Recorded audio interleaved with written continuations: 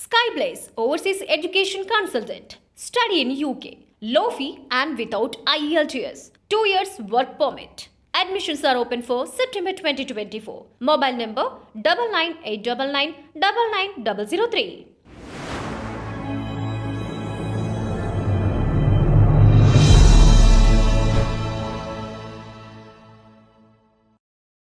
Hi welcome to plus TV. Present మనం ఉన్న సిచ్యువేషన్లో సంతానలేమికి రకరకాల కారణాలున్నాయి. అయితే సాధారణంగా మనం వాడే కొన్ని మెడికేషన్స్ వల్ల ఆ ప్రాబ్లమ్స్ నుంచి రెక్టిఫై అవుతున్నా కూడా చాలా మందికి మెడికేషన్ వల్ల అవ్వని ప్రాబ్లమ్స్ చాలా ఉన్నాయి. దానికి సంబంధించి ఐవీఎఫ్ త్రూ సక్సెస్ అవుతున్న కపుల్స్ ఎంతోమంది ఉన్నారు. కానీ రోజుకి పుట్టగొడుకుల్లా వెలిసిపోతున్న ఐవీఎఫ్ సెంటర్లలో ఏది జెన్యూన్, ఎక్కడికి వెళ్ళాలి, అసలు ఈ ట్రీట్మెంట్ ఎలా ఉంటుంది అని రకరకాల అనుమానాలు అందరిలో ఉన్నాయి. మరి ఈ నేపథ్యంలో ప్లస్ టీవీ అందిస్తున్న సమాచారం మీకు ఉపయోగపడుతుందని మేము అనుకుంటున్నాం. ప్రజెంట్ మనం కుకట్పల్లిలో ఉన్నాం. మనతో పాటు ఉన్నారు ప్రముఖ గైనకాలజిస్టు, లాప్రోస్కోపిక్ సర్జన్, అదేవిధంగా జర్మనీలో diploma in IVF and productive medicine తను చేశారు నీరజవల్లి గారు. మరి వారిని అడిగి మనకున్న సందేహాలు నివృత్తి చేసుకుందాం. నమస్తే అండి. హలో అండి, నమస్తే. ఎలా ఉన్నారు ma'am? I'm fine. How are you? I'm fine ma'am.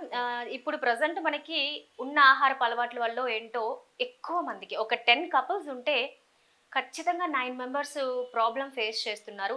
అందులో ఒక్కరో ఇద్దరో ఏదన్నా కొంచెం తెలియకో లేదంటే ఇంకేదైనా నార్మల్ మెడికేషన్ త్రూ సంతానం అయితే వస్తుంది, కానీ మిగిలిన 7 మెంబర్స్ కూడా అసలు ప్రాబ్లం ఏంటో ఐడెంటిఫై చేయలేకపోతున్నారు.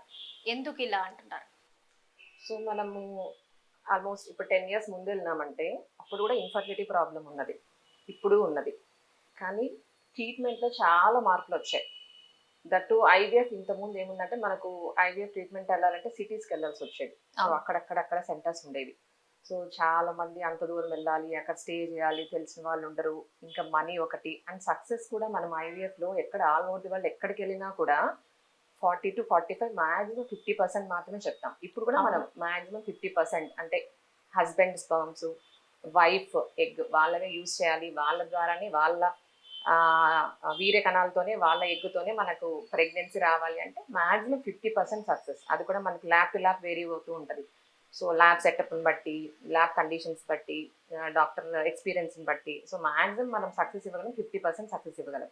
సో చాలా మంది ఈ 50%కి మనం వెళ్ళాలా అని చాలా మంది డౌట్లు అనమాట. అవును. సో ఇంకొకటి ఏంటంటే మనకు దీంట్లో ఎడ్యుకేటెడ్, అన్ఎడ్యుకేటెడ్ తీసుకోవాలి. సో అన్ఎడ్యుకేటెడ్ ఏమనుకుంటారు, ఇంకా ఐవీఎఫ్ అనేది ఫైనల్ ట్రీట్మెంట్. సో నా దగ్గర చాలా మంది వస్తుంటారంటే ఎడ్యుకేటెడ్ కంటే అన్ఎడ్యుకేటెడ్ కౌన్సిల్ చేయడానికి కొంచెం కష్టము. వాళ్ళు ఏమనుకుంటారంటే నేను ఎంతో కొంత పెట్టేస్తా డబ్బులు, నాకు ప్రెగ్నెన్సీ కావాలి, బేబీ కావాలి. సో వాళ్ళకి సక్సెస్ అర్థం కాదు, ట్రీట్మెంట్ అర్థం కాదు, నాకు తెలియదు, నువ్వేమన్నా చెయ్యి, నాకు బేబీ కావాలి. సో నేను ఎంత కౌన్సిల్ చేస్తానంటే నాకు అన్ఎడ్యుకేటెడ్ పేషెంట్ వస్తే కౌన్సిలింగ్ చాలా కష్టం. నేను ఎవరైనా ఎడ్యుకేటెడ్ వాళ్ళని తీసుకురమ్మంటాను, లేదంటే వాళ్ళు అటాచ్డ్ ఆర్ఎంపీ డాక్టర్ ఉంటారు, ఎంబీబీఎస్ డాక్టర్, వాళ్ళ దగ్గరికి ఫస్ట్ వెళ్తారనమాట. వాళ్ళు ఎవరికి చెప్తే వాళ్ళ దగ్గర మనం తీసుకొస్తారు. సో వాళ్ళని తీసుకురమ్మంటాను ఫస్ట్ మనం. ఎందుకంటే కౌన్సిలింగ్ సక్సెస్ చాలా ఇంపార్టెంట్. అది మనం ఒప్పుకుంటే తప్ప ట్రీట్మెంట్ స్టార్ట్ చేయలేము. ఎందుకంటే డబ్బులు ఉన్న వాళ్ళు ఉంటారు, డబ్బులు లేని వాళ్ళు ఉంటారు. సో డబ్బులు లేని వాళ్ళు అంతా పాపం ఎత్తి పెట్టుకొని నాకు ఇది ఫైనల్ ట్రీట్మెంట్, నాకు బేబీ కావాలా, నేను అది అమ్ముకున్నా ఇది అమ్ముకున్నా అని వస్తారు. సో మనం మ్యాక్సిమం ప్రతి పేషెంట్ డబ్బులు ఉన్నంత మాత్రం ఒకలాగా, డబ్బులు లేని వాళ్ళు ఒకలాగా, ఎడ్యుకేటెడ్ వాళ్ళకి ఒకలాగా ట్రీట్ చేసి ఉండదు. సో అందరికీ ఒకేలాగా చెప్తాము. కౌన్సిలింగ్ ఒకేలా ఉంటుంది, సక్సెస్ ఒకేలాగా ఉంటుంది. సక్సెస్ ఇంకా మనకు వేరీ అవుతూ ఉంటుంది పేషెంట్ కండిషన్ బట్టి, ఏ ప్రాబ్లం ఉంది, ఎందుకు వచ్చారు ట్రీట్మెంట్, ఎన్ని రోజుల నుంచి ఇన్ఫర్టిలిటీ. సో దాన్ని బట్టి ఇంకా సక్సెస్ మనకు వేరీ అవుతా ఉంటుంది. సో ఒకవేళ యంగ్ కపుల్ వచ్చారు, 25 years కపుల్, సో వాళ్ళకి ఏదో నోన్ ప్రాబ్లం ఉంది అంటే ఐవీఎఫ్ ఇండికేటెడ్, సో వాళ్ళు వస్తే మనం సక్సెస్. ప్లస్ ఇంకోటి ఏంటంటే ప్రాబ్లమ్ కన్నా తెలిస్తే మనం ఆ డైరెక్షన్లో వెళ్ళిపోతాం అనమాట. ఇప్పుడు మేల్ కౌంట్ తక్కువ ఉంది, సో ఆ డైరెక్షన్లో వెళ్ళిపోతాం. సో మనకి ట్రీట్మెంట్ ఈజీ అయిపోతుంది ప్రాబ్లం తెలిస్తే. ఇంకొక కేటగిరీ అన్ఎక్స్ప్లెయిన్ ఇన్ఫర్టిలిటీ ఉంటారు, అన్ని నార్మల్ ఉంటాయి. పేషెంట్స్ కూడా వాళ్ళు మనం ఏదన్నా అడిగితే 2-3 డాక్టర్ని మార్చి వచ్చింటారు. ఏమైందమ్మా మళ్ళీ ఏమి సక్సెస్ అవ్వలేదు, ఎందుకు వచ్చారంటే మేడం ఎవరు ఏమి చెప్పలేదు, అందరూ నార్మల్ ఉందంటే అదొక ప్రాబ్లం. యాక్చువల్గా అన్ఎక్స్ప్లెయిన్ ఇన్ఫర్టిలిటీ ఇప్పుడు ఎక్కువ ఉంది. అన్ని నార్మల్ ఉంటాయి, బట్ ఇట్లాంటి వాళ్ళు మనం కౌన్సిలింగ్ కానీ ట్రీట్మెంట్ చాలా కష్టం అనమాట. సో ప్రాబ్లం వీళ్ళకు లేదని కాదు, మైక్రోస్కోపిక్ లెవెల్లో ఉంటుంది, అది మనం డిటెక్ట్ చేయలేదు అంతే. ప్రాబ్లం ఎక్కడో ఒక చోట మైక్రోస్కోపిక్ లెవెల్లో ఉంటుంది. ఇంకొకటి, ఇంతకు ముందుకి ఇప్పటికి నాకు ఆల్మోస్ట్ 16-17 years ఎక్స్పీరియన్స్ ఉంది. నేను ఫస్ట్ నేను ఫెలోషిప్ చేసినప్పుడు అప్పుడు ఉండే ప్రోటోకాల్స్ కానీ ఇప్పుడు చాలా ఫ్రెండ్లీ ప్రోటోకాల్స్ అనమాట. ప్లస్ ఇంజెక్షన్స్ కూడా అన్ని సబ్క్యూట్ ఇంజెక్షన్స్, చిన్న 1/2 ml 1 ml injections, purified injections. Side effects ఏమి ఉండదు. ఫస్ట్ క్వశ్చన్ పేషెంట్ బేబీ వచ్చినా రాకపోయినా సైడ్ ఎఫెక్ట్స్ ఉండవు. ఫస్ట్ క్వశ్చన్ ఎవరైనా ఉంది, మీరైనా ఉంటే నేనైనా ఉంది. సో ఇప్పుడంతా ఫైన్ ఇంజెక్షన్స్ అండి. ట్రీట్మెంట్ కూడా ఇంతకుముందు 21 days ట్రీట్మెంట్ ఉండేది. మనం ఈ మంత్ ఐవీఎఫ్ వెళ్ళాలనుకుంటే లాస్ట్ మంత్ 10 days ముందు నుంచి ఐవీఎఫ్ ట్రీట్మెంట్ స్టార్ట్ అయిపోయేది. ఇంజెక్షన్స్ కానీ ప్రిపరేషన్ అంటారు. సో ప్రిపరేటరీ ఇంజెక్షన్స్, తర్వాత మెయిన్ సైకిల్. సో మొత్తం మీరు తీసుకుంటే 3 weeks ట్రీట్మెంట్ ఉండేదన్నమాట. ఇప్పుడు అది కూడా మనము చిన్న చిన్న మార్పుల వల్ల ఇప్పుడు అంతా కట్ డౌన్ చేసేసి almost 10 to 15 days treatment finish అయిపోతుంది. సో చాలా మార్పులు ఉన్నాయన్నమాట. సక్సెస్ బాగుంది. ఇంకోటి ఏంటంటే అవేర్నెస్. ఇప్పుడు ఎడ్యుకేషన్ వీడియోస్ మీ వల్ల, మీడియా వల్ల ఇప్పుడు ట్రీట్మెంట్ అనేది, సో వీటికి ట్రీట్మెంట్ ఉందా, ఇప్పుడు ఒక వీడియో తర్వాత ఎన్ని కాల్స్ వస్తాయండి మాకు, ఓ ఈ ప్రాబ్లం ట్రీట్మెంట్ ఉందా, మీరు చేస్తున్నారా, ఇంత ఎక్స్పీరియన్స్ ఉందా. సో ఒకటి అవేర్నెస్, ఒకటి మీడియా వల్ల ఉండొచ్చు, న్యూస్ పేపర్స్ వల్ల ఉండొచ్చు, టీవీస్ లో. సో అదొకటి. ఇంకోటి ఏంటంటే ట్రీట్మెంట్ కాస్ట్ కూడా చాలా తగ్గింది. నేను ఇంతకు ముందు చెప్పినట్టు 3 weeks ట్రీట్మెంట్ ఆల్మోస్ట్ మనకు హార్మోన్ ఇంజెక్షన్స్ తగ్గాయి, టాబ్లెట్స్ తగ్గినాయి. సో దానివల్ల ట్రీట్మెంట్ కాస్ట్ కూడా తగ్గింది. సో ప్రాబ్లం ఎప్పుడూ ఉంది, కాకపోతే ఈ అవేర్నెస్ వల్ల ఇప్పుడంతా సాఫ్ట్వేర్. సో ఇంత ముందుకి ఇప్పటికి బాగా పెరిగింది. సో దాంట్లో ఇన్సూరెన్స్ కొంచెం కవరేజ్ ఉంటుంది. సో అందువల్ల ప్రతి ఒక్కరూ 1 to 2 years వెయిట్ చేస్తారు. అవ్వలేదంటే ట్రీట్మెంట్కి వచ్చేస్తున్నారు. సో ఏదో ఒకటి ఎవాల్యుయేట్ అయితే చేసుకుందాం. మైల్డ్ ఉండొచ్చు, మోడరేట్ ఉండొచ్చు, సివియర్ ఉండొచ్చు. సో కాకపోతే ఏంటంటే ఐవీఎఫ్ మనం చెప్పామనుకోండి, ఇండికేటెడ్ ఉన్నా కూడా కొంచెం డిలే అవుతుంది ట్రీట్మెంట్. అంటే ఫస్ట్ స్టెప్ లోనే ఐవీఎఫ్ కి రారు, ఇండికేటెడ్ ఉన్నా రారు. They go to other doctor. So మనం పేషెంట్ కపుల్ వాళ్ళు ఏమనుకుంటున్నారు, ఫస్ట్ చాలా మందికి భయం ఉంటుంది. ఇంకోటి ఏంటంటే సో అది మెంటల్ గా ప్రిపేర్ చేయడం కూడా చాలా అసలు ప్రైమరీ, చాలా ఇంపార్టెంట్. ఫస్ట్ వాళ్ళు ఏమనుకుంటున్నారు, ఫస్ట్ ఏమంటే వీళ్ళు చాలా డిప్రెస్ గా ఉంటారండి. ఈ ఐవీఎఫ్ ఏమంటే మనం ట్రీట్మెంటే కాదు, కౌన్సిలింగ్ చాలా ఇంపార్టెంట్. ప్రతి పేషెంట్, ఒక ఐవీఎఫ్ పేషెంట్ వస్తే 45 minutes కౌన్సిలింగ్ అవుతుంది. మిగతా పేషెంట్స్ 10 minutes పడితే వీళ్ళకి 45 minutes పడుతుంది. వాళ్ళ హస్బెండ్, వాళ్ళ వైఫ్, మళ్ళీ వాళ్ళ ఇన్లాస్, వీళ్ళ పేరెంట్స్. సో అందరినీ కౌన్సిల్ చేయాలి. అదొక ట్రీట్మెంట్. ఇంకా అంత ప్రజల్లో అంత ఇంకా ఇముడ్చుకోలేదన్నమాట. ఇంకోటి ఏంటంటే ఎవరు ఎగ్స్ పెడతారు, ఎవరు స్పర్మ్స్ పడతారు, మార్చేస్తారా. ఇప్పుడు రూల్స్ ఎలా ఉన్నాయంటే చాలా స్ట్రిక్ట్ ఉన్నాయండి. సో డాక్టర్ ఎందుకు రిస్క్ తీసుకుంటారు. సో ఇప్పుడు రూల్స్ అనేది చాలా స్ట్రిక్ట్ ఉన్నాయి. మంత్లీ మేము ఏమేమి చేసాము అవన్నీ కూడా మనం యూనిట్ సబ్మిట్ టీఆర్టీ, మాకు డిస్ట్రిక్ట్ వైజ్ కానీ స్టేట్ వైజ్ కానీ సెంటర్స్ ఉన్నాయి, బట్ సబ్మిట్ చేయాలన్నమాట. సో దట్టు మనకు ఎగ్స్ స్పర్మ్స్ కూడా బ్యాంక్స్ ఉంటాయి, మనం బ్యాంక్స్ ద్వారా తెచ్చుకుంటాం. సో అంతేగాని ఎక్కడ మనము మార్చి పెట్టేది ఏం లేదు. సో పేషెంట్ కన్సెంట్ ద్వారా, ఒకవేళ వాళ్ళు విల్లింగ్ గా ఉండి ఏదన్నా వాళ్ళకి తక్కువ ఉన్నాయి, 0 ఉన్నాయి కౌంట్, వాళ్ళే విల్లింగ్ ఉండి డోనార్కి వెళ్ళాలంటే తప్ప, అది కూడా ప్రాపర్ మనం సైన్ తీసుకొని పేషెంట్ ఒప్పుకుంటేనే మనం చేస్తాం. సో అదొకటి ఉంది ప్రజల్లో. అందుకని ఇంకా కొంతమంది ఇంకా అంత మనం చెప్పంగానే ఒప్పుకునే స్టేజ్ లో లేరనమాట. బట్ ముందు మీద పోల్చుకుంటే చాలా మంది బాగా ట్రీట్మెంట్ ఒప్పేసుకుంటున్నారండి. మన కౌన్సిలింగ్ ఇంపార్టెంట్. ఓకే, నీరజ గారు మీరు అన్నట్టు ఐవీఎఫ్ అనేటప్పటికి ఇక ఫైనల్ స్టేజ్ వీళ్ళు అప్పుడే వస్తున్నారని అన్నారు కదా, అసలు ఎలాంటి కండిషన్ లో ఐవీఎఫ్ అవసరం అవుతుంది? మనకి మెయిన్ ట్యూబ్స్ అనేది ఫలదీకరణం ఇంపార్టెంట్. స్పర్మ్స్ కానీ ఎగ్ కానీ ఫలదీకరణం బేబీ ఫామ్ అయ్యేది ట్యూబ్స్ లో. ఒకవేళ ట్యూబ్స్ బ్లాక్ ఉన్నాయి, ట్యూబ్స్ బాగాలేదు, ఇంకేదైనా వైట్ డిశ్చార్జ్ ఉంది, ఇంకేదైనా ఇన్ఫెక్షన్స్ వల్ల ట్యూబ్స్ బ్లాక్ అయిపోయినాయి, ఇన్ఫెక్షన్ అయిపోయినాయి, ట్యూబ్స్ తీసేయాల్సి వచ్చింది, అలాంటి వాళ్ళకి స్ట్రైట్ అవి ఇంకా వేరే ఆప్షనే లేదు, ఐవీఎఫ్కి వెళ్ళాల్సిందే. ఇంకొంతమంది నేను చెప్పినట్టు డబ్బులు లేక 40 years వాళ్ళు వస్తారు. అప్పుడు ఆల్మోస్ట్ 40 years అంటే మనకు పెరిమెనోపాజల్. చాలా మంది వెస్టర్న్ వాళ్ళతో పోల్చుకుంటారు. అంటే 40 years అమ్మాయి కలిగింది, ఆ హీరోయిన్ కలిగింది. బట్ వెస్టర్న్తో మనం పోల్చుకోకూడదు. మనం 5 years అహెడ్ ఉన్నామన్నమాట. అంటే వాళ్ళకు 45 years లో జరిగేది మనకు 40 years జరుగుతున్నాయి. వాళ్ళకి 50 years లో మెనోపాజ్ మనకు 40-45కే వచ్చేస్తుంది. ఎప్పుడు వెస్టర్న్ వాళ్ళతో పోల్చుకోకూడదు. సో మనం ఇంకా మెనోపాజ్ అర్లీకి వచ్చేస్తాం. సో 40 years కపుల్ వచ్చారు. సో వాళ్ళకి ఆల్మోస్ట్ ఎగ్ క్వాలిటీ తక్కువ ఉంటుంది. మనం ఎంత కష్టపడి ఎంత ఇంజెక్షన్స్ ఇచ్చి ఎంత ట్రీట్మెంట్ ఇచ్చినా క్వాలిటీ తక్కువ ఉంటుంది. అది నేచర్స్, అది మనం యాక్సెప్ట్ చేయాలి. సో క్వాలిటీ తక్కువ ఉంది. అలాంటి వాళ్ళకు కూడా మనము డోనార్ ఐవీఎఫ్ కానీ అలా చేస్తాం. ఇంకొకటి, ఆల్మోస్ట్ అన్ని ట్రీట్మెంట్స్ ట్రై చేశారు, రిజల్ట్ రాలేదు. చిన్న ట్రీట్మెంట్, ఐవీఐ ట్రీట్మెంట్ అవన్నీ ట్రై చేసినా రిజల్ట్ రాలేదు. So last option IVF. ఇంకొకటి ఏమంటే మేల్స్ లో 0 కౌంట్ ఉంది. మనకు ఫీమేల్ ఎంత ఇంపార్టెంట్, మేల్ కూడా అంతే ఇంపార్టెంట్. సో 50% వీళ్ళ నుంచి మనకు ఎగ్ ఎంత ఇంపార్టెంట్, 50% శుక్రకణం కూడా ఇంపార్టెంట్. 0 కౌంట్ ఉంటుంది కొంతమంది, వాళ్ళకు వేరే ఆప్షన్ లేదు. మనము డోనార్ ఐఓ అయినా వెళ్ళొచ్చు, ఒకవేళ ఫీమేల్ ప్రాబ్లం కూడా ఉందంటే వాళ్ళ డైరెక్ట్ ఐవీఎఫ్ చెప్తాం. ఓవరీస్ ఏదైనా సర్జరీస్ అయింటాయి, ఏదైనా సిస్ట్ వచ్చి తీసేసి ఉంటారు, వాళ్ళకు వేరే ఆప్షన్ ఉండదు. సో వాళ్ళు ఎగ్ డొనేషన్కి వెళ్ళాలి, ఐవీఎఫ్ ఆప్షన్ ఉంటుంది.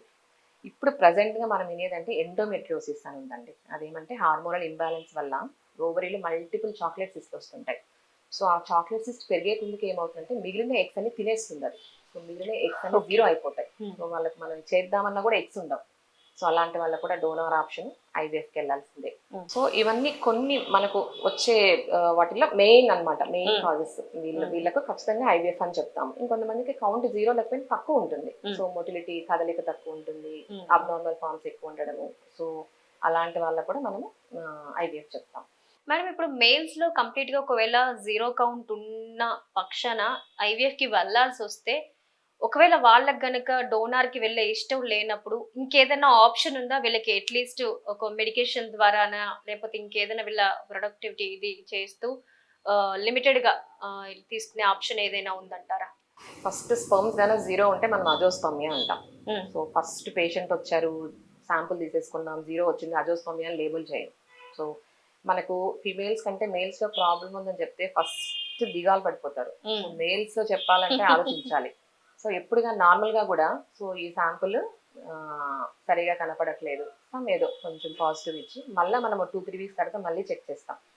సో మళ్ళీ చెక్ చేసి దాంట్లో కూడా మనకు జీరో ఉందంటే మనం ఫైనల్ రిపోర్ట్ ఇవ్వడం జరుగుతుంది. దాంట్లో మనకు 2 రకాలండి. మామూలుగా మనకు శుక్ర కణాలు బీజాల్లో తయారవుతాయి, కొంతమంది బీజాల్లో తయారవుతాయి.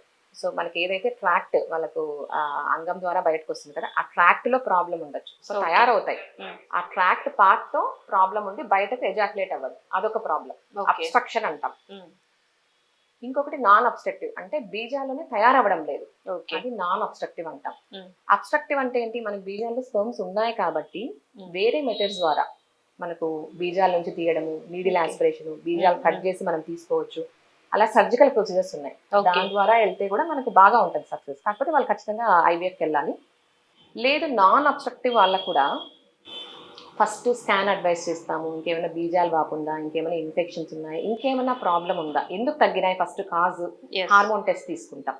అసలు డెవలప్ అవ్వలేదా, అవన్నీ తీసుకున్న తర్వాత యాక్చువల్గా నాన్ అబ్స్ట్రక్టివ్ లో చాలా కష్టం అండి, అసలు తయారే అవ్వడం లేదు కాబట్టి కొంచెం వీళ్ళకు వాళ్ళ స్పర్మ్స్ దొరకడం కష్టం.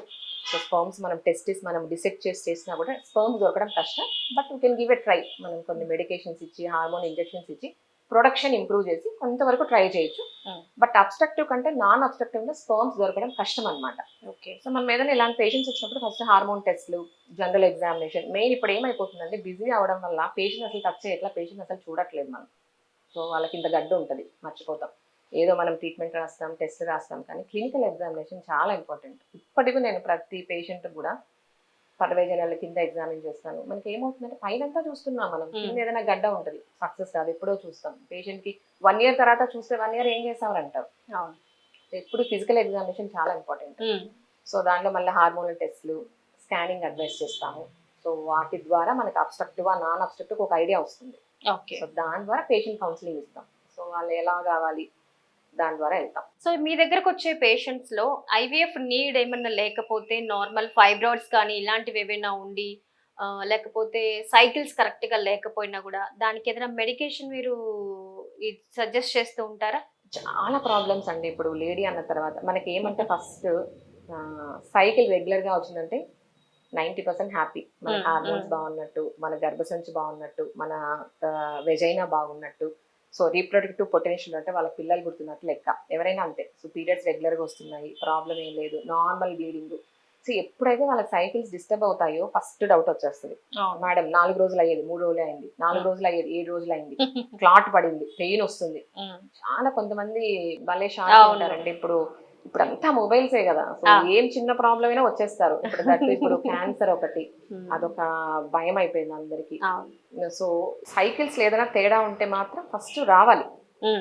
మనం ఫస్ట్ స్కాన్ చేస్తాం. స్కాన్ ద్వారా మనకు ఇప్పుడు ఏమైపోతుందంటే పెద్ద టెస్ట్లు అవసరం లేదు, చిన్న వెజినల్ స్కాన్ ఒక్కటి చాలు. అది కూడా 3D అని ఉంటుంది మనకి, 3 డైమెన్షనల్. యూట్రస్ అన్ని ఇట్లా ఉంటాయి కాబట్టి 3 డైమెన్షన్.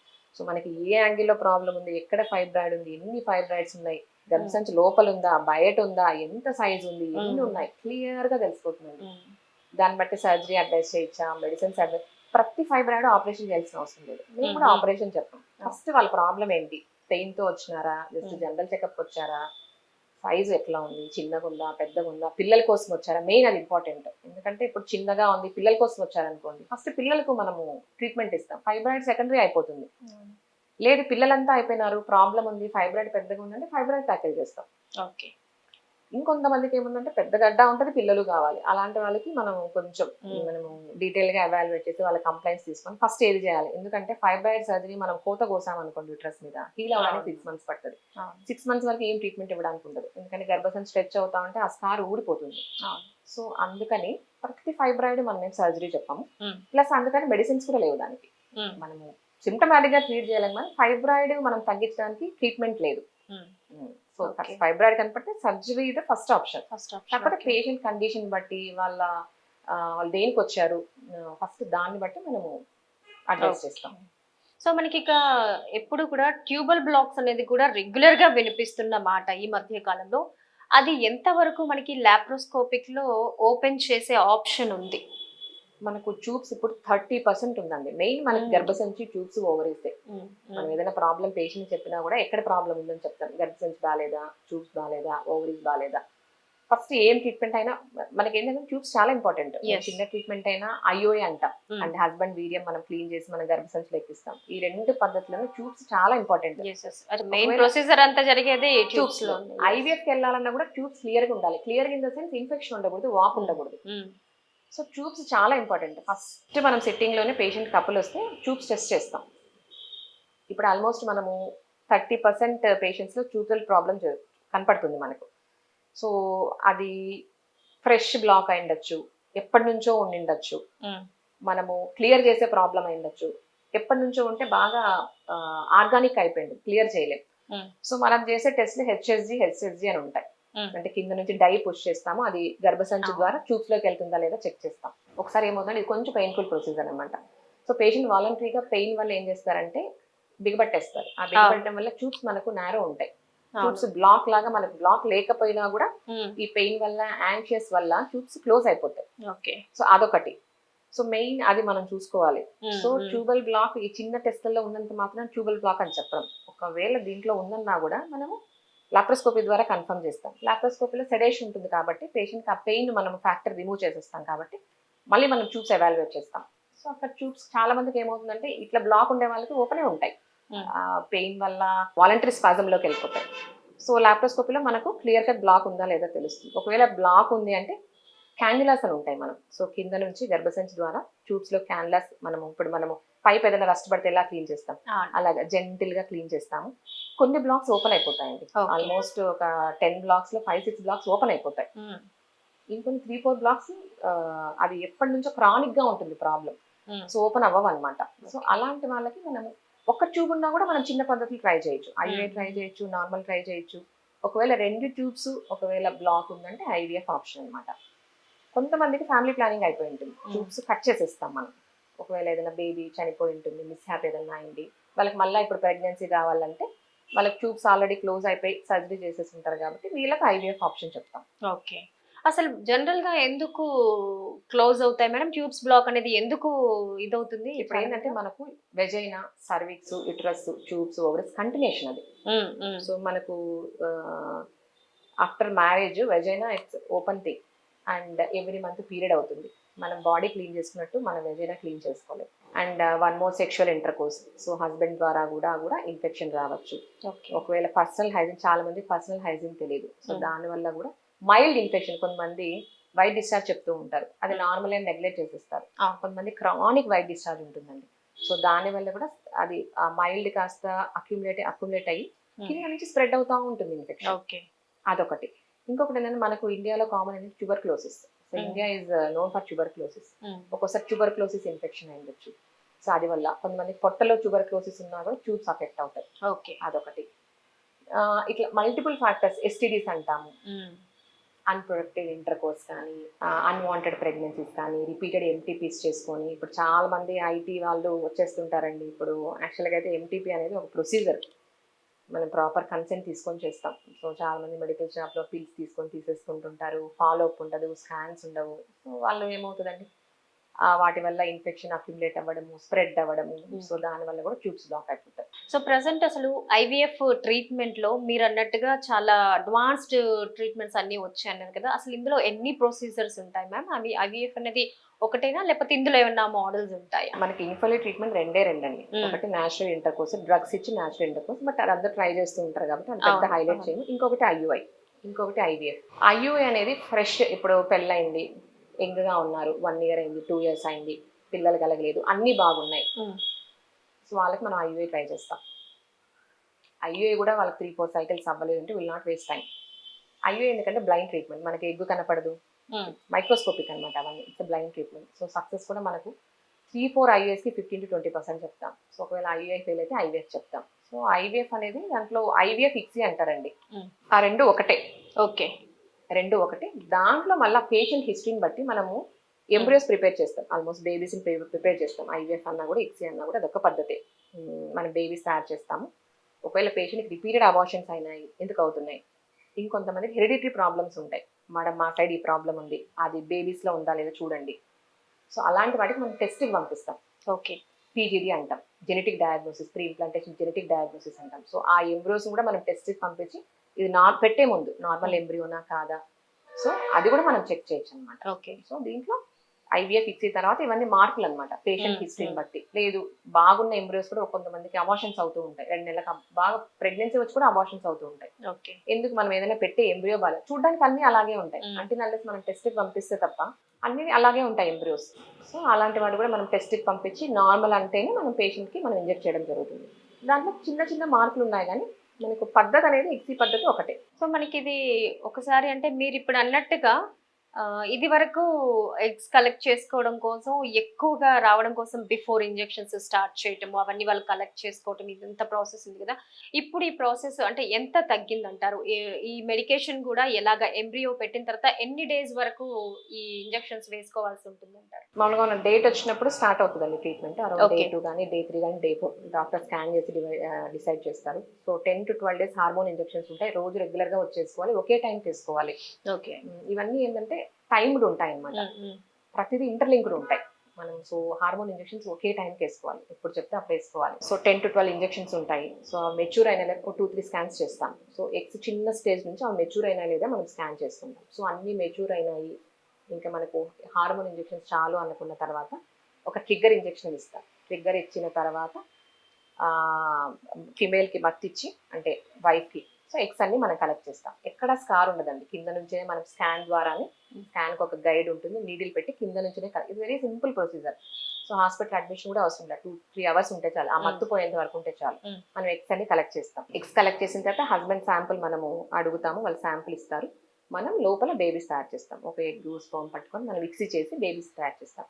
సో మన ల్యాబ్లో అవి 5 days పెంచుతాం అనమాట, ఎందుకంటే వచ్చిన ఎగ్స్ అన్ని మంచివి కాకపోవచ్చు, చూసిన స్పర్మ్స్ అన్ని మంచివి కాకపోవచ్చు.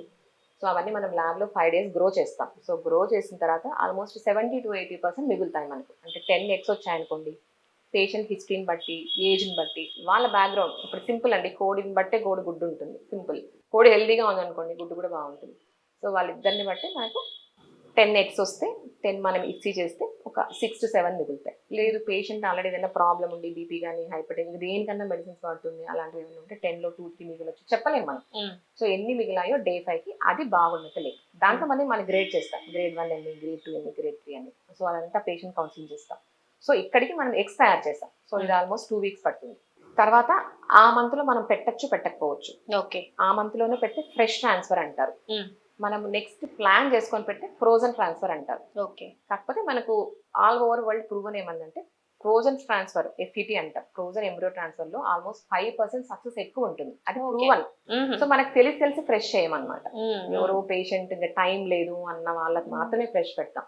ఎవరైనా అబ్రాడ్ పేషెంట్ వచ్చింది, టైం లేదు అన్న వాళ్ళకే పెడతాం కానీ, బట్ ఇది చెప్తాం మనం. So FET frozen embryo transfer లో 5% సక్సెస్ ఎక్కువ ఉంటుంది. సో మనం ఇవన్నీ మళ్ళీ ఎగ్స్ ఏవైతే ఎంబ్రియోస్ తయారు చేస్తామో అన్ని ఫ్రీజ్ చేస్తాం. దాని తర్వాత మళ్ళీ ఆ నెక్స్ట్ మంత్ మళ్ళీ డేట్ వచ్చిన 2nd day కానీ 3rd day కానీ స్కాన్ చేసి మళ్ళీ ఒక 2 weeks మెడికేషన్ ఉంటుంది. మనం లోపల ఎండోమెట్రియం అంటాం, లోపల కూర అంతా తయారు చేసిన తర్వాత ఆ ఎంబ్రియోస్ పెట్టడం జరుగుతుంది, అదొక 2 weeks. సో మొత్తం మనము 1 month ప్రిపరేషన్ ఆఫ్ ఎంబ్రియో అండి, ఇంకో 1 month పెట్టడం. ఓకే మంత్స్ లో ప్రాసెస్ అయిపోతుంది. సో పెట్టిన తర్వాత 2 weeks కి రిజల్ట్ వస్తుంది. ఓకే సో ఆ 2 weeks మెడికేషన్ మీదే ఉండాలి. మెడికేషన్ ఉంటుంది.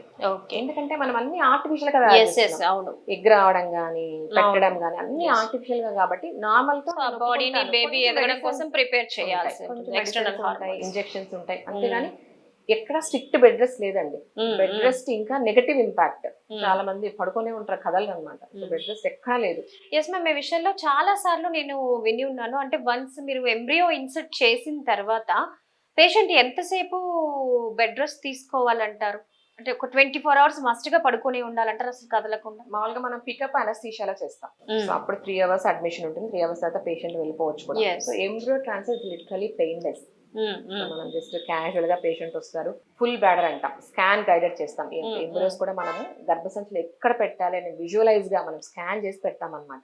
ఓకే సో అసలు మత్తు ఉండదు, ఏముండదు. పేషెంట్ పెట్టుకొని వాళ్ళకే భయం అనమాట, వెళ్ళిపోమంటే. మేము లేదు మేడం ఉంటామంటారు. 1 hour పడుకోమంటాం, 1 hour తర్వాత వెళ్ళిపోవచ్చు అండి. కాకపోతే hectic exercises, over bending, inter course అవన్నీ కొంచెం అవాయిడ్ చేయమని చెప్తాం. కానీ ఎక్కడ స్ట్రిక్ట్ బెడ్ రెస్ట్ అసలు చెప్పమండి. ఇప్పుడు ప్రెగ్నెన్సీలో కూడా ప్రెగ్నెన్సీ కూడా స్ట్రిక్ట్ బెడ్ రెస్ట్ ఎక్కడా చెప్పాం. ఎక్కడో ఒకటో రెండో కండిషన్స్ లో చెప్తాం, కానీ స్ట్రిక్ట్ బెడ్ రెస్ట్ ఎక్కడా లేదు అసలు. అంటే బెడ్ రెస్ట్ తీసుకోవటం కానీ, అంటే మినిమం మీరు ఎంబ్రియో ఇన్సర్ట్ చేసిన తర్వాత ఎంతసేపు? ఒక 1 hour అలా 1-2 hours హాస్పిటల్ లో ఉంటారు. ఓకే మనము యాక్చువల్ గా 1 hour చాలు, బట్ వాళ్ళు ఉంటారు. మనం ఏం నో చెప్పము. 1-2 hours ఉంటారు, తర్వాత వెళ్ళిపోవచ్చు. ఈవెన్ అసలు వాష్రూమ్ కి వెళ్ళకూడదు, ఇప్పుడే ఇన్సర్ట్ చేశారు మీరు, వాష్రూమ్ కి వెళ్ళడం వల్ల అవి ఫ్లష్ అవుట్ అయిపోతాయి, ఇలా అంటే రకరకాల డౌట్స్ ఉంటుంటాయి. ఏమంటే ఇలా ఉంటదండి, ఫిస్ట్ లాగా ఉంటది. ఓపెన్ చేసినా అది అవ్వదు. ఏదైనా పెడితే తప్ప ఓపెన్ అవ్వదు. ఎంబ్రియోస్ పెట్టి నువ్వు పైనుంచి జంప్ చేసినా కూడా అవి అతకపోతాయి. ఎంబ్రియోస్ పెడితే ఏదైనా పెడితేనే ఓపెన్ అవుతుంది, తర్వాత క్లోజ్ అయిపోతుంది. యాంటీరియర్ పోస్టీరియర్ వాళ్ళు నువ్వు ఏం చేసి పైనుంచి జంప్ చేసినా కూడా పడవవి. ఇట్లా యాంటీరియర్ పోస్టీరియర్ వాళ్ళు క్లోజ్ అయి ఉంటాయి అన్నమాట. అంత స్ట్రాంగ్ గా ఉంటది డ్రెస్. సో ఏమి అవ్వదు. కాకపోతే అంత కాస్ట్లీ ట్రీట్మెంట్ కి వెళ్తుంటే పేషెంట్ వైజ్ నుంచి ఆలోచిస్తే అది కరెక్ట్ అనిపిస్తుంది. కానీ but stick bed rest negative impact. ఇంకా సో మామూలు డే టు డే యాక్టివిటీస్ ఇంట్లో ఏమేమి చేసుకుంటారో అవన్నీ చేసుకోవచ్చు అండి. Okay. So once embryo insert చేసిన తర్వాత తీసుకోవాల్సిన కేర్స్ ఏంటి, ఇంట్లో తీసుకోవాల్సినవి, అండ్ ఫుడ్ ఇన్స్ట్రక్షన్స్ కూడా ఎలా ఉండాలంటారు? మెయిన్ అంటే పేషెంట్ తానే ప్యాంపర్ చేసుకోవాలి. ఫస్ట్ పాజిటివ్ గా ఉండాలి. ఇంత ఖర్చు పెట్టా వస్తుందో రాదో అదొకటి. Patient should pamper herself. ఇంకొకటి ఏంటంటే మెయిన్ సపోర్ట్ కావాలండి. ఒక్కటే ఏదో వస్తే అవ్వదు. హస్బెండ్ సపోర్ట్ కంపల్సరీ కావాలి. ఎందుకంటే అదే చెప్తున్నాను నేను, డాక్టర్ చేస్తారు కానీ ఇంకా డాక్టర్ గాడ్ కాదు కదా, చేసేదంతా చేస్తాం. మనం ఎందుకు 40, 45, 50 ఇస్తున్నాం రేంజ్? మిగతా 5% పేషెంట్ హస్బెండ్ చేతిలో ఉంటుంది. వాళ్ళు ఎంత ప్యాంపర్ చేసుకున్నారు, వాళ్ళు ఎంత బాగా మెడిసిన్స్ తీసుకున్నారు, పాజిటివ్ గా ఎంతున్నారు, ఆ వైబ్స్ ఎలా ఉన్నాయి, అది చాలా ఇంపార్టెంట్. మనకేమంటే హార్మోన్స్ ఎంత మనకు సింపుల్ జర్నీ చేస్తేనే హార్మోన్స్ ఇంబ్యాలెన్స్ వచ్చేస్తుంది. సైకిల్ ముందు రావడం, వెనకాల రావడం, అలాంటిది ఇది చాలా ఇంపార్టెంట్ అనమాట. కౌన్సిలింగ్ పాజిటివ్ గా ఉండాలి. ప్లెంటీ ఆఫ్ మెడిసిన్స్ కొన్ని ఎక్కువ ఉంటాయి కాబట్టి ప్లెంటీ ఆఫ్ వాటర్ తీసుకోవాలి. టైమ్లీ మెడికేషన్, ఇది చాలా ఇంపార్టెంట్ అనేది. మనం ఏదైనా మెడిసిన్స్ ఇస్తే కొన్ని 6 hours పనిచేస్తాయి, కొన్ని 10 hours పనిచేస్తాయి. చాలా ఇంపార్టెంట్. ఇంజెక్షన్స్ కూడా టైమ్లీ వేసుకోవాలి. ఇంకొకటి ఏంటంటే కొంచెము అసిడిటీ ఉంటుంది, కాన్స్టిపేషన్ ఉంటుంది. రెగ్యులర్ గా డాక్టర్ టచ్ లో ఉండాలి. మనకి ఏం సింపుల్ ప్రాబ్లం ఉన్నా కూడా మేము పేషెంట్ ఫోన్ లో చెప్తాం కొన్ని మెడిసిన్స్ వరకు. అదొకటి. ఇంకొంతమంది టెన్షన్ తో ఏం చేస్తారంటే రోజు యూరిన్ టెస్ట్ చేసుకుంటారు, ప్రెగ్నెన్సీ టెస్ట్లు. టెన్షన్ అయిపోతుంది, అయ్యో రాలేదు. మేము ఏ టైం చెప్పామో అదే టైం చేసుకోవాలి, రోజు చేసుకోవద్దు. మేము ఆ టైం క్యాలిక్యులేట్ చేసుకొని మనం ఇచ్చుంటాం కాబట్టి అదొకటి. ఇంకా స్ట్రిక్ట్ బెడ్ రెస్ట్ ఏది లేదు. సో వర్క్ ఫ్రమ్ హోమ్ చేసుకోవచ్చు, ఇంట్లో కుకింగ్ చేసుకోవచ్చు, తిరగచ్చు, అన్ని చేసుకోవచ్చు, ఇండియన్ టాయిలెట్ వాడుకోవచ్చు, ఏమి ప్రాబ్లం లేదు. ఇంకొంతమందికి సెక్షువల్ ఇంటర్ కోర్స్ అవాయిడ్ చేయమంటారు. ఎందుకంటే ఇంటర్ కోర్స్ లో ఏమవుతుందంటే యాక్ట్ వల్ల ఏమవుతుందంటే గర్భసంచి టచ్ అవ్వడము, కొంచెం అది పెయిన్ లాగా, క్రాంప్స్ లాగా చెప్తారు. వాళ్ళకి మళ్ళీ టెన్షన్ అవుతుంది. అదొకటి. తర్వాత ఏదైనా ప్రాబ్లం అంటే మీరు గూగుల్ చేయకుండా డాక్టర్ని అడగండి. డాక్టర్ ఉన్నారు కదా, సో డాక్టర్ని అడిగి క్లియర్ చేసుకోవాలి. ఎప్పుడైనా కొంచెం లాంగ్ డిస్టెన్స్ నుంచి వచ్చి ట్రీట్మెంట్ చేయించుకున్న పర్సన్స్ ఎవరైనా ఉంటే, అంటే స్టే చేయడానికి లేదు, వాళ్ళు రిటర్న్ వెళ్ళిపోవాలని అనుకున్నప్పుడు ఈ 1-2 hours రెస్ట్ సరిపోతుందా? వాళ్ళు లాంగ్ జర్నీ చేయొచ్చు అంటారా? రిటర్న్ ఏదైనా క్యాబ్ కానీ, లేదంటే ఫ్లెక్సిబుల్ గా ఉన్న జర్నీ చేయొచ్చు? ఇప్పుడు మన హైదరాబాద్ లో ఉన్నాము, క్యాబ్ లో వెళ్ళిపోగలంటే 2 hours కావాలంటే 3 hours, ఒక్కోసారి మార్నింగ్ అయితే ఈవినింగ్ వరకు వాళ్ళు ఉండొచ్చు. సో అంత ఫ్లెక్సిబిలిటీ మన దగ్గర ఉంది. ఇక్కడే తిరుగుతూ ఉంటారో ఉండొచ్చు. కాకపోతే కొంతమంది అవుట్ ఆఫ్ స్టేషన్ వెళ్ళాలి, వేరే ఊరు నుంచి వచ్చారు, నైట్ జర్నీ అలా ఉందంటే కొంతమంది ఉండమంటామండి. ఒక 1 day ఉండండి. మనం ఏమవుతుందంటే మనం చెప్పేయలేము, ఏం కాదు వెళ్ళిపోండి రిజల్ట్ అలా చెప్పలేము అనమాట. మనం ఏం చెప్తాం, కొంచెం ఇవన్నీ అవాయిడ్ చేయాలి, ఇవన్నీ చేయాలని చెప్తాం. మన స్ట్రిక్ట్ గా మనం ఇంతే జర్నీ చేయాలి, ఇంతే చేయమని చెప్పలేం. సో కొంచెం పేషెంట్ టెన్షన్ గా ఉన్నారు, ఆల్రెడీ ఫెయిల్ అయింది, సో అలాంటి వాళ్ళు కూడా మనం ఇక్కడే ఉండండి 1 అవర్ 1 డే 2 డేస్ ఉండండి, ఏదైనా ప్రాబ్లం ఉంటే మళ్ళీ చెప్పండి, మళ్ళీ వెళ్ళమని చెప్తాం అనమాట. సో లోకల్ గా ఉంటే వెళ్ళిపోవచ్చు అండి. ఓకే. సో ఇంకా ఫుడ్ ఇంటేక్ అనేది ఏ విధంగా ఉండాలంటారు? మెయిన్ ఏమంటే మనకు కొంచెం స్టడీస్లో ఏముందంటే నాన్ వెజిటేరియన్ కొంచెం చికెన్ కానీ మటన్ కానీ కొంచెం సైకిల్ అప్పుడు కానీ ఈ ఈ ట్రీట్మెంట్లో కూడా కొంచెం నాన్ వెజ్ అవాయిడ్ చేయమంటాము. ఇంకా తినాల్సిన ఆల్రెడీ నేను చెప్పినట్టు కాన్స్టిపేషన్ ఉంటుంది, సో అన్ని మెడికేషన్స్ ఉంటాయి, మనం ఇచ్చే హార్మోన్స్ అన్ని యూట్రస్ రిలాక్స్ అయిపోతుంది. అంతే కదా, మనకు ప్రెగ్నెన్సీ నిలవడానికి ఇస్తున్నాం, సో గర్భసంచి రిలాక్స్ అవ్వడానికి ఇస్తాం. సో గర్భసంచితో పాటు బాడీ కూడా ఇంటెస్టైన్స్ అన్ని రిలాక్స్ అయిపోతాయి. సో మనకు మోషన్ అంతా లోడెడ్ ఉంటుంది అనమాట. ఆ మెడిసిన్స్ వల్ల కొంచెం కొన్ని ఆయిల్ ఇంజెక్షన్స్ ఉంటాయి వల్ల ఇండైజెషన్ అసిడిటీ ఉంటుంది కాబట్టి వాటర్ బాగా తీసుకోవాలి. వాటర్ అంటే వాటరే కాదు, ఫ్రూట్ జ్యూసెస్ తీసుకోవచ్చు, ఫ్రూట్స్ తీసుకోవచ్చు, ఎక్కువ గ్రీన్ లీఫీ వెజిటబుల్స్, ఎందుకంటే ఎక్కడైతే గ్రీన్ కలర్ ఉంటుందో అక్కడ ఫోలిక్ యాసిడ్ ఉంటుంది. సో మనం ఆల్రెడీ ట్యాబ్లెట్ ఇస్తాం, ట్యాబ్లెట్ బదులు వాళ్ళు supplements green leafy vegetables any green colour చాలా మంచిదండి, ఫోలిక్ యాసిడ్ ఉంటుంది, ఇంకా ఐరన్ ఉంటుంది, ఫ్రూట్స్లో యాంటీ ఆక్సిడెంట్స్ ఉంటాయి, ఇంకా ఫిష్ తీసుకోవచ్చు, నట్స్ అన్ని తీసుకోవచ్చు అండి, కొన్ని నట్స్, ఎందుకంటే వాటిలో యాంటీ ఆక్సిడెంట్స్ ఉంటాయి, కొన్నిట్లో వైటమిన్స్ ఉంటాయి, సో అవి చాలా ఇంపార్టెంట్. కానీ నాన్ వెజ్ ఒకటే బంద్ చేయమంటాం, ఇంకా మిగతావన్నీ కూడా తీసుకోవాలి యాక్చువల్గా, ఎందుకంటే వాటి వల్ల కూడా కొంచెం ఫైబర్ ఇంటేక్ ఉంటుంది, మోషన్ రావచ్చు, స్లీప్ బాగుంటుంది. ఈ ఫ్రోజన్ ఎంబ్రియోస్ అనేవి ఎన్ని డేస్ మనము ఇది చేసుకోవచ్చు అండి, స్టోర్ చేసుకోవచ్చు? యాక్చువల్లీ మనకి ఇప్పుడు కొత్త రూల్స్ వచ్చాయండి, అన్ని కొత్త రూల్స్ అనమాట, ఇంతకుముందు అసలు ఏమీ ఉండేవి కాదు. సో డాక్టర్ పేషెంట్ బట్టి, సో మనం ఒకసారి ఎంబ్రో పెట్టిన తర్వాత ఎన్ని ఎంబ్రియోస్ ఉన్నాయి, ఎన్ని ఎత్తి పెట్టామని చాలా ఇంపార్టెంట్, అది కూడా మనం అన్ని మనము రికార్డ్ చేసి పెడతామన్నమాట. యాక్చువల్గా ప్రెసెంట్ రూల్స్ ప్రకారం 10 years పెట్టుకోవచ్చు. సో 10 years పెట్టుకోవచ్చు. 10 years తర్వాత కూడా ఒకసారి పేషెంట్ ఉంచుకోవాలి అనుకుంటే మనం ఒక లెటర్ పెడతాం, అంటే మాకైతే ఎవరైతే గవర్నింగ్ బాడీ ఉందో దానికి లెటర్ పెడతాం. So patient wants to continue అని వాళ్ళు మళ్ళీ పర్మిషన్ ఇస్తారు, ఇంకో 10 years కూడా పెట్టుకోవచ్చు. ఓకే, ఎందుకంటే మనం ఒక్కసారి ఫ్రీజ్ చేస్తే మళ్ళీ టచ్ చేయమన్నమాట. ఎప్పుడైతే మనం పేషెంట్ కి ఎంబ్రియోస్ పెడతామో అప్పుడు 2 hours ముందు తీస్తాం. సో పెట్టినప్పుడు క్వాలిటీ ఎలా ఉంటుందో అలాగే ఉంటుంది. ఓకే, సో మనం అసలు డిస్టర్బ్ చేయమన్నమాట, కాబట్టి అలాగే ఉంటుంది. ఈజీగా 20 years వరకు మనం పెట్టుకోవచ్చు. ఓకే. అంటే ఒకసారి మనకి ఒక సైకిల్లో ఫెయిల్ అయింది అని అనుకున్నప్పుడు వెంటనే నెక్స్ట్ మంత్ లో ఎప్పటికల్లా మళ్ళీ తను ప్రిపేర్ అవ్వచ్చండి నెక్స్ట్ ఏదైనా ఫ్రోజన్ పెట్టుకోవడానికి? చాలా మంది డల్ అయిపోతారు. అవును, ఇంజెక్షన్ గ్యాప్ కావాలా కొంచెం అలా వస్తామంటారు. మేమైతే నెక్స్ట్ మంత్ వెళ్ళమంటాం, కానీ అదే కదా చెప్తున్నాను, ఇన్ఫర్టిలిటీ ఎలా ఉంటుందంటే పేషెంట్ మనతో వచ్చి ట్రావెల్ చేసి ఒక ఫ్రెండ్ లాగా అయిపోతారు యాక్చువల్గా. సో మనం కూడా ఫీల్ అయిపోతుంటాం, వాళ్ళ సక్సెస్ మనం ఎంజాయ్ చేస్తాం, వాళ్ళ ఫెయిల్యూర్స్ ఫీల్ అయిపోతూ ఉంటాం, వాళ్ళు ఏం చెప్తే అది ఓకే చెప్పేస్తాం. సో ఒక్కోసారి నేను అనుకుంటాను, అట్లా అనుకుంటే ట్రీట్మెంట్ కష్టం అయిపోతుంది.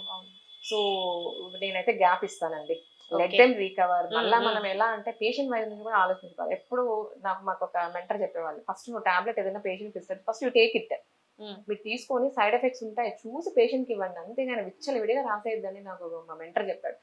సో అలా అని నేను ఎప్పుడు ఏదైనా టాబ్లెట్ రాసినా కూడా చూసి ఇస్తానన్నమాట, ఏదైనా సైడ్ ఎఫెక్ట్స్ ఉన్నాయా.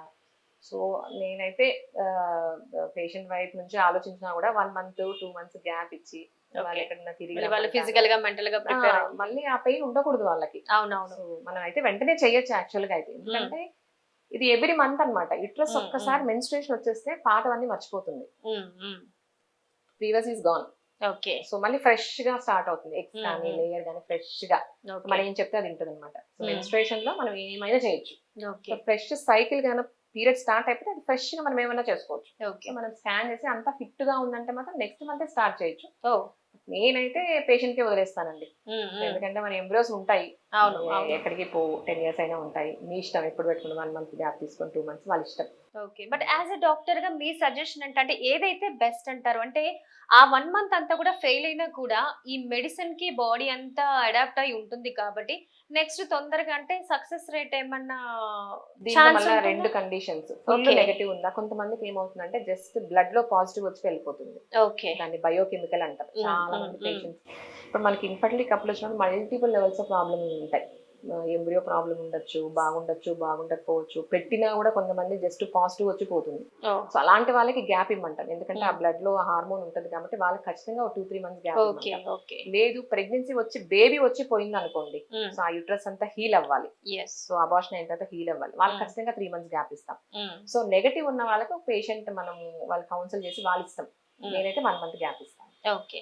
సో మనకి వన్స్ సక్సెస్ అని తేలిన తర్వాత పాజిటివ్ వచ్చిన తర్వాత మనం ఎక్స్టర్నల్ గా తీసుకునే ఈ హార్మోన్స్ అనేవి ఎన్ని మంత్స్ కంటిన్యూ చేయాలంటారు ఈ బేబీ గ్రోత్ కి? అది డిపెండ్స్, అంటే పేషెంట్ ఫస్ట్ ఐవీఎఫ్ లో సక్సెస్ అయిందా, ఏమన్నా ప్రీవియస్ ఐవీఎఫ్ ఇలా మిస్డ్ అబార్షన్స్ అయ్యి బ్లైటెడ్ వచ్చి ఏమన్నా పోయిందా, పేషెంట్ హిస్టరీ చాలా ఇంపార్టెంట్. మనకి ఏదైనా ప్రెగ్నెన్సీ వచ్చి పోయిందంటే హార్మోన్స్ ల్యాక్ ఎక్కడో వచ్చే ప్రాబ్లం ఉన్నట్టే.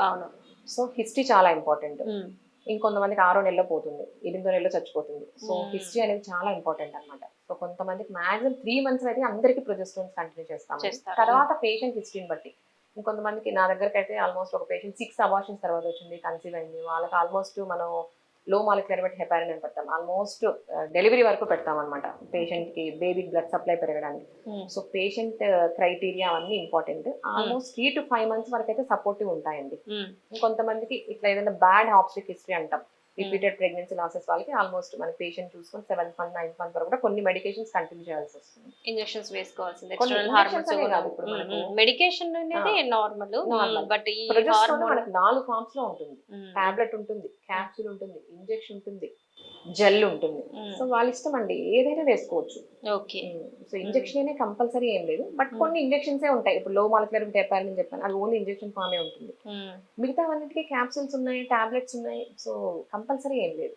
ఓకే.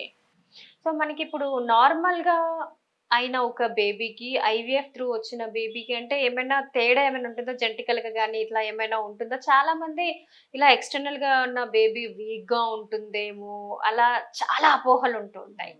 జనరల్ గా ఏమి ఉండవు, ఎందుకంటే వాళ్ళ ఎగ్గే తీసుకుంటాం, వాళ్ళ స్పర్మ్స్ తీసుకుంటాం. సో మీ జీన్సే వస్తాయి, మేము ఎక్కడ జీన్స్ ఇన్కార్పొరేట్ అయితే చేయలేదు. సో మీ ఫ్యామిలీ హిస్టరీ ముందు అవే వస్తాయి. కాకపోతే మనకు ఐవీఎఫ్ వచ్చే పేషెంట్స్ ఎలా ఉంటారు, 40+ ఉంటారు, 38+ ఉంటారు. వాళ్ళకి ఆల్మోస్ట్ న్యాచురల్ గా ప్రెగ్నెన్సీ వచ్చినా కూడా జెనెటిక్ ప్రాబ్లమ్స్ ఉంటాయి. నువ్వు ఐవీఎఫ్ అన్నా చెయ్యి, ఐయుఐ అన్నా చెయ్యి, నార్మల్ గానే రానివ్వు. ఏజ్ అయ్యే కొద్దికి ఎగ్ స్పర్మ్ ఏజ్ అయ్యే కొద్దికి మ్యూటేషన్ స్టార్ట్ అవుతాయి. మనకి ఏజ్ అయ్యే కొద్దికి హార్ట్ ప్రాబ్లం కావచ్చు, స్ట్రోక్ రావచ్చు, ఒక రోజు ఉన్నట్టు ఒకలా ఉండడం కదా, అలాగే ఏజ్ అయ్యే కొద్దికి ఇవి క్వాలిటీ తగ్గిపోతా ఉంటాయి. సో వీళ్ళకి మనం ఏదైనా చేయండి, అప్పుడు వచ్చే ప్రాబ్లమ్స్ వస్తాయి. అంతేగాని ఐవీఎఫ్ ద్వారా అయితే రావు, ఎందుకంటే ఇది ఇప్పుడున్న ట్రీట్మెంట్ కాదు, చాలా రోజుల నుంచి ఉంది. ఇప్పుడు అవేర్నెస్ పెరిగింది. So all over the world ఈ ట్రీట్మెంట్ స్టాండర్డ్ అనమాట. ఏవి ఇంజెక్షన్స్ ప్రొసీజర్ అంతా స్టాండర్డ్ అనమాట. సో మనకి ఎక్కడైనా ప్రాబ్లం ఉంటే తెలిసిపోతుంది. సో ఐవీఎఫ్ బేబీస్ వల్ల ఇది వచ్చిందని అయితే కాదు. ఓకే. సో ప్రెసెంట్ ఇప్పుడున్న సిచ్యువేషన్ లో మనకి పర్సెంటేజ్ ఏమైనా పెరిగిందా మ్యామ్? అంటే అదే 40% అంతే ఉందంట? లేదండి, నేను చెప్పడం ఏంటంటే, ఇప్పుడు స్పర్మ్స్ బాగా తగ్గినాయి పేషెంట్ కి, నా ద్వారా నాదే కావాలా మేడం, నాదే ట్రై చేయండి, సో సక్సెస్ అంతే ఉంటుంది. 38 years అమ్మాయి వచ్చింది, నా ఎగ్సే కావాలి మేడం, నాదే ట్రై చేయండి, సో వాళ్ళకి అంతే ఉంటుంది. మాక్సిమం 50% ఇవ్వగలం.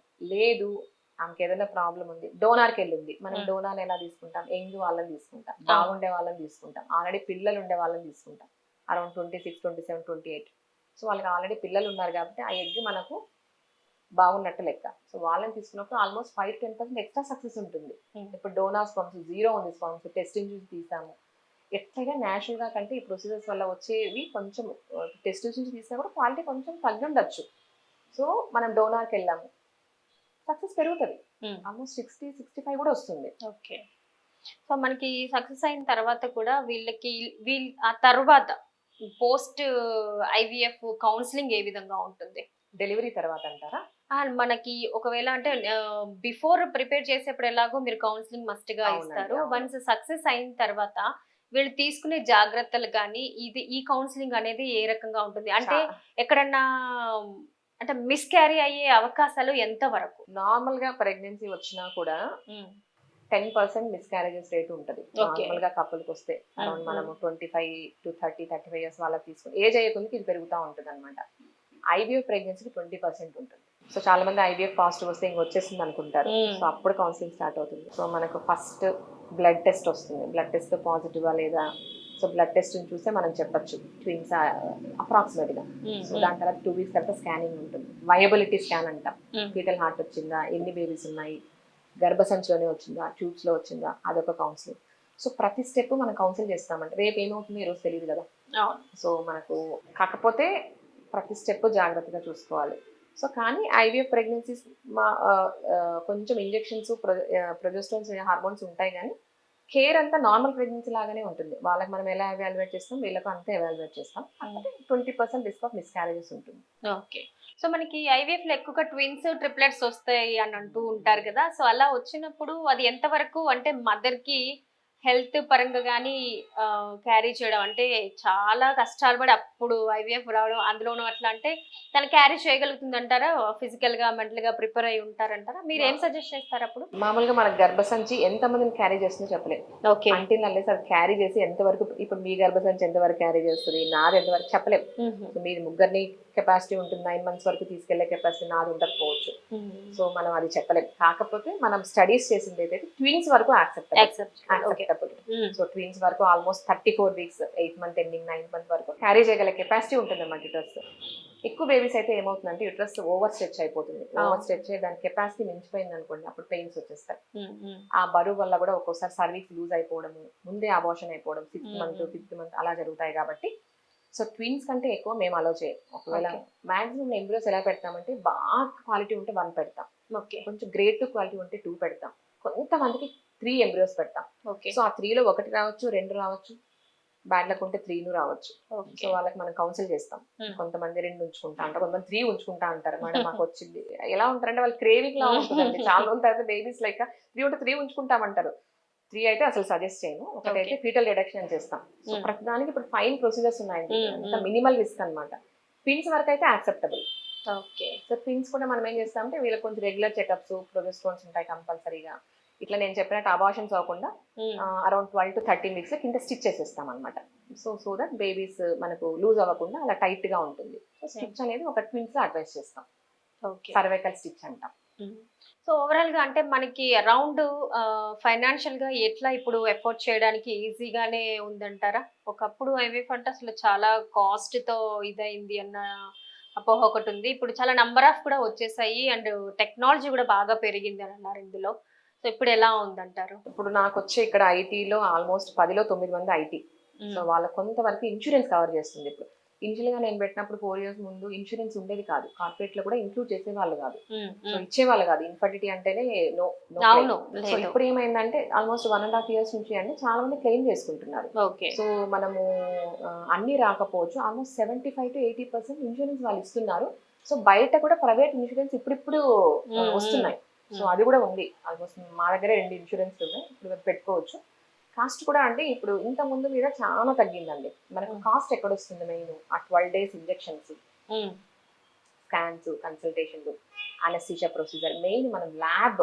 మనకు ల్యాబ్ మెయింటెనెన్స్ చాలా ఇంపార్టెంట్. మనకు ఉండే లోపల ఎక్విప్మెంట్ అంతా కాస్ట్లీ ఎక్విప్మెంట్. వాళ్ళకి వాటికి 24 hours ఎయిర్ కండిషన్ ఉండాలి, రెగ్యులర్ సర్వీసింగ్ ఉండాలి. సో అది మనకి మెయింటెనెన్స్ ఎక్కువ అయిపోతుంది. ఇప్పుడు నేను చెప్పినట్టు క్రయో 10 years పెడతాం. ఎలా పెడతాం? మనకి క్యాన్స్ ఉంటాయి, లిక్విడ్ నైట్ మనం ఫిల్ చేసుకుంటా ఉండాలి. అదొక మనకి రెస్పాన్సిబిలిటీ. పేషెంట్ ఎంబ్రియోస్ ఉన్నాయంటే మనం ఏ మిస్హ్యాప్ అయినా రెస్పాన్సిబిలిటీ, మనం 10 years చూసుకోవాలి దాన్ని. సో లిక్విడ్ నైట్రోజన్ క్యాన్స్ లో పెడతాం, అది ఫిల్ చేసుకుంటూ ఉండాలి, దానికి డెడికేటెడ్ స్టాఫ్ ఉండాలి. 3 days ఫిల్ చేసుకోవాలి. సమ్మర్ లో అయితే ఇంకా ఎవాపరేట్ అయిపోతుంది అనమాట. సో మనకి ఈ మెయింటెనెన్స్ ఖర్చు ఎక్కువ ఉంటుందండి. సో దాని వల్లే కాస్ట్ మెయిన్. సో ఆ 2 weeks మనకు ఆ కాస్ట్ అంతా హార్మోన్ ఇంజెక్షన్స్, మన ఎక్సీ, ఆ మెషిన్స్, అవి వాటి మీద ఉంటుంది. నేను ఇప్పుడు చెప్పినట్టు ఇంత ముందు మీద ఇప్పుడు చాలా తగ్గింది. ఆల్మోస్ట్ డేస్ తగ్గిపోయాయి, హార్మోన్స్ తగ్గిపోయాయి, కాబట్టి కాస్ట్ కూడా ఆల్మోస్ట్ 25-30% తగ్గిందని చెప్పాలి. సో ఇప్పుడు ఫైనల్ గా ఒక క్వశ్చన్ మ్యామ్, అందరికి అంటే ఐవీఎఫ్ కి వెళ్ళడానికి అదే మీరు అన్నట్టుగా ఎంత ప్రైస్ తగ్గినా కూడా ఇంకొంతమంది చాలా తక్కువలో మేము ఇంకా హాఫ్ ప్రైస్ లో చేసేస్తాము ఇలా అని చెప్తూ ఉంటారు. సో సరే మీరు అన్నట్టుగా ఒక సరైన ఎక్విప్మెంట్ ఏది లేకుండా కూడా వీళ్ళని మిస్గైడ్ చేస్తూ ఉంటారు. మళ్ళీ తీరా అక్కడికి వెళ్ళిన తర్వాత మోసపోవడం లాంటివి ఇలాంటివి అవుతూ ఉంటాయి. అంటే నిజంగానే కొన్ని కేసెస్లో ఇప్పుడు రేర్ గా విన్నవి మేము పెట్టామంటారు కానీ మీకు సక్సెస్ కాలేదంటే మేము ముందే చెప్పాంగా 40% అన్నవి, ఇలా అన్ని చాలా ఉంటాయి. బట్ ఒక జెన్యూన్ ఐవీఎఫ్ క్లినిక్ అంటే మనం అక్కడికి వెళ్ళి అసలు ఏం ఉంటే మనం అప్రోచ్ అవ్వాలి వాళ్ళని. సో మెయిన్ అంటే ఇప్పుడు అదంతా పాతకాలంలో అండి. ఇప్పుడంతా మనం ఐవీఎఫ్ టూర్ చేస్తాం, ల్యాబ్ చూపిస్తాం, పేషెంట్ కి మనం ఎంబ్రియోస్ చూపిస్తాం, అన్ని వీడియోస్. నేనైతే 7 తక్కువ ఉంటే వీడియో కూడా చూపిస్తాను. ఎందుకంటే మనం వీడియోస్ కానీ ప్రూఫ్ చూపిస్తే వాళ్ళు ఈజీగా కౌన్సిలింగ్ బాగుంటది వాళ్ళకి. ఓ మేడం చూపిస్తున్నారు, ఓ ఇలా ఉంటాయా. ఇప్పుడంతా ఫారిన్. నాకు కూడా ఫస్ట్ నేను గైనిక్ చేసిన తర్వాత ఇన్ఫర్టిలిటీ ఎగ్ ఎలా ఉంటుంది, అది ఎలా ఉంటుంది, నేను ఆ ఎంటూలోనే నేను ఫెలోషిప్ చేశాను. యాక్చువల్ గా నాకు ఇదేదో కనుక్కోవాలి, మాకు మా గైనకాలజీలో ఇది ఉండదన్నమాట, ఏదో షాప్లో ఉంటుంది. సో నేను కనుక్కోవాలని ఫెలోషిప్ చేశాను. తర్వాత నాకు ఇంట్రెస్ట్ అయింది.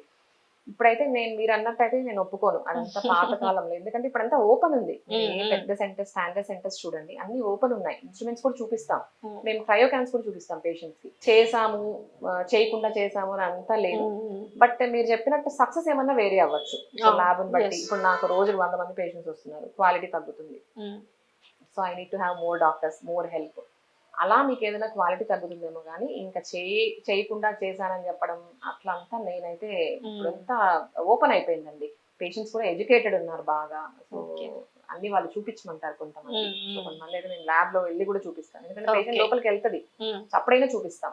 సో మెయిన్ మనకి ఎక్విప్మెంట్ అండి cost. Okay, right. Thank you so much Neeraja గారు, చాలా విషయాలు మాతో షేర్ చేస్తున్నారు. థ్యాంక్ యూ సో మచ్ అండి. సో మచ్ అండి. సో వ్యూయర్స్ చూసారు కదా, మరో ఎపిసోడ్ తో మళ్ళీ కలుద్దాం. Stay tuned.